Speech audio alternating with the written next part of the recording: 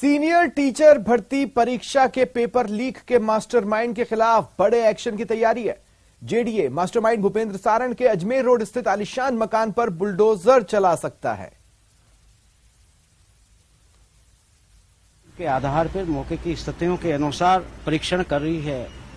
परीक्षण करके रिपोर्ट देगी, फिर अग्रिम विधि सम्मत कार्रवाई सुनिश्चित करेंगे।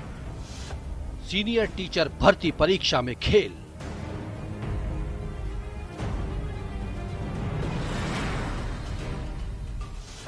बिल्डिंग बनाने में भी घालमेल।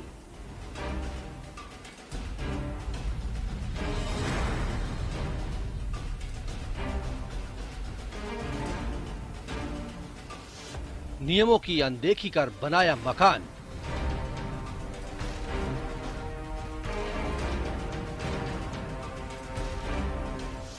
अवैध मकान से पेपर लीक का प्लान। पेपर लीक का मास्टरमाइंड भूपेंद्र सारण, इसके ठिकाने के ऊपर भी ये जो इसका जयपुर स्थित जो रजनी विहार कॉलोनी है, ये यहाँ पर इसका ये जो मकान था, जेडीए ने यहाँ पर भी अवैध निर्माण के चलते यहाँ पर नोटिस चस्पा किया है। सीनियर टीचर भर्ती परीक्षा के पेपर लीक के मास्टरमाइंड भूपेंद्र सारण ने अपना आलीशान महल खड़ा करने में भी नियमों की कोई परवाह नहीं की। उसने न मकान के आगे जगह छोड़ी, न सेटबैक छोड़ना जरूरी समझा। इतना ही नहीं, मकान के आगे 4 फीट का रैंप और दूसरे निर्माण के जरिए सरकारी जमीन पर भी कब्जा जमा रखा है।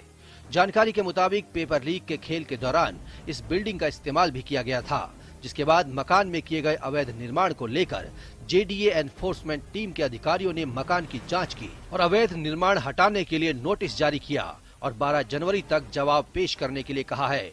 जवाब पेश नहीं करने या संतोषजनक जवाब नहीं देने पर यहां तोड़फोड़ की कार्रवाई हो सकती है।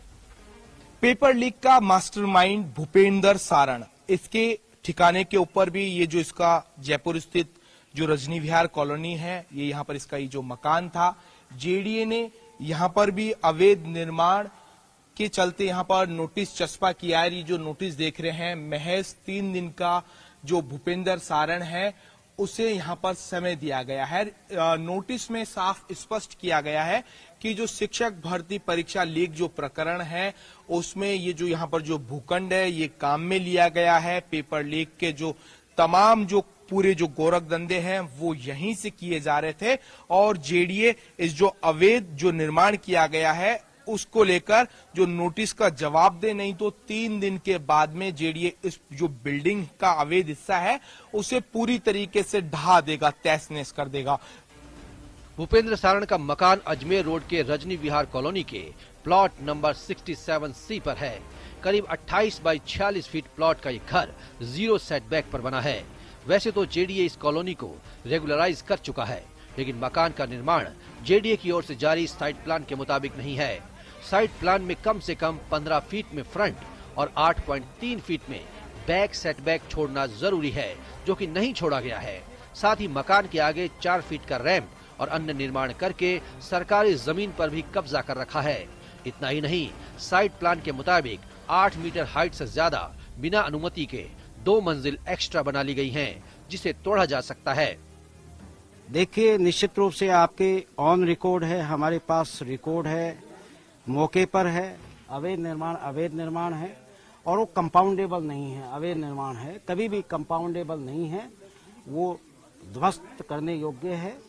तो यदि मान लीजिए पक्ष भी नहीं रखते हैं तो निश्चित रूप से विधि सम्मत कार्रवाई करेंगे। सर, भूपेंद्र सारण को कितना समय दिया है, किन नियमों के तहत ये नोटिस दिया गया है जेडीए के? देखिए, हमने चूंकि ये पुराना बना हुआ है, 32 जेडीए एक्ट के अंतर्गत हमने 12 जनवरी का साय 5 बजे तक का समय दिया है। जेडीए की एक दूसरी टीम ने पेपर लीक मामले के दूसरे मास्टरमाइंड सुरेश ढाका के लग्जरी फ्लैट की भी जांच की। ढाका ने चित्रकूट वैशाली नगर के नेमी सागर कॉलोनी में एक लग्जरी फ्लैट ले रखा है। ये फ्लैट ढाका ने अपने पिता मांगीलाल के नाम से खरीदा है।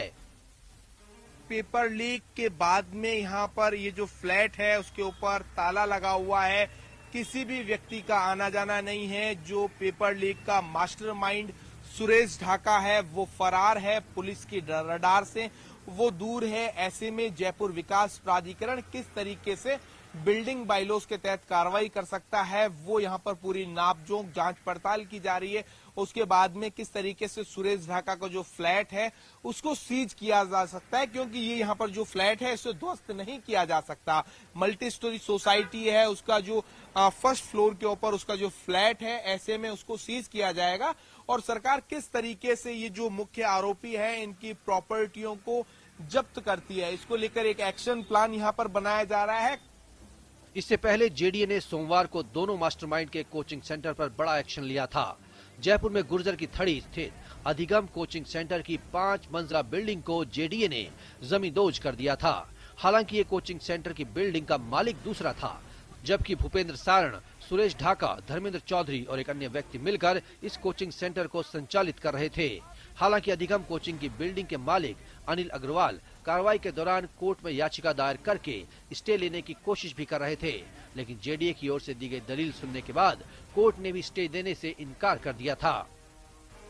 कुल मिलाकर जिस तरीके की जो खबरें आ रही थी, जेडीए के ऊपर जो आरोप लग रहे थे कि जेडीए जो मुख्य जो सरगना है उनकी प्रॉपर्टियों के ऊपर कार्रवाई नहीं कर रहा है, जो किराए की बिल्डिंग है उसके ऊपर कार्रवाई कर जिस तरीके से जेडीए ने जो इतिश्री करी है उसी को लेकर अब जेडीए एक्शन में आया है। और अब ये देखने को मिला है कि किस तरीके से जो भूपेंद्र सारण है उसके मकान के ऊपर जेडीए की टीम पहुंचे, नोटिस दिया है। अब देखना ये होगा कि किस तरीके से इस अवैध हिस्से को ढहाया जाता है। न्यूज़ 18 राजस्थान के लिए सहयोगी अविनाश के साथ रोशन शर्मा की रिपोर्ट।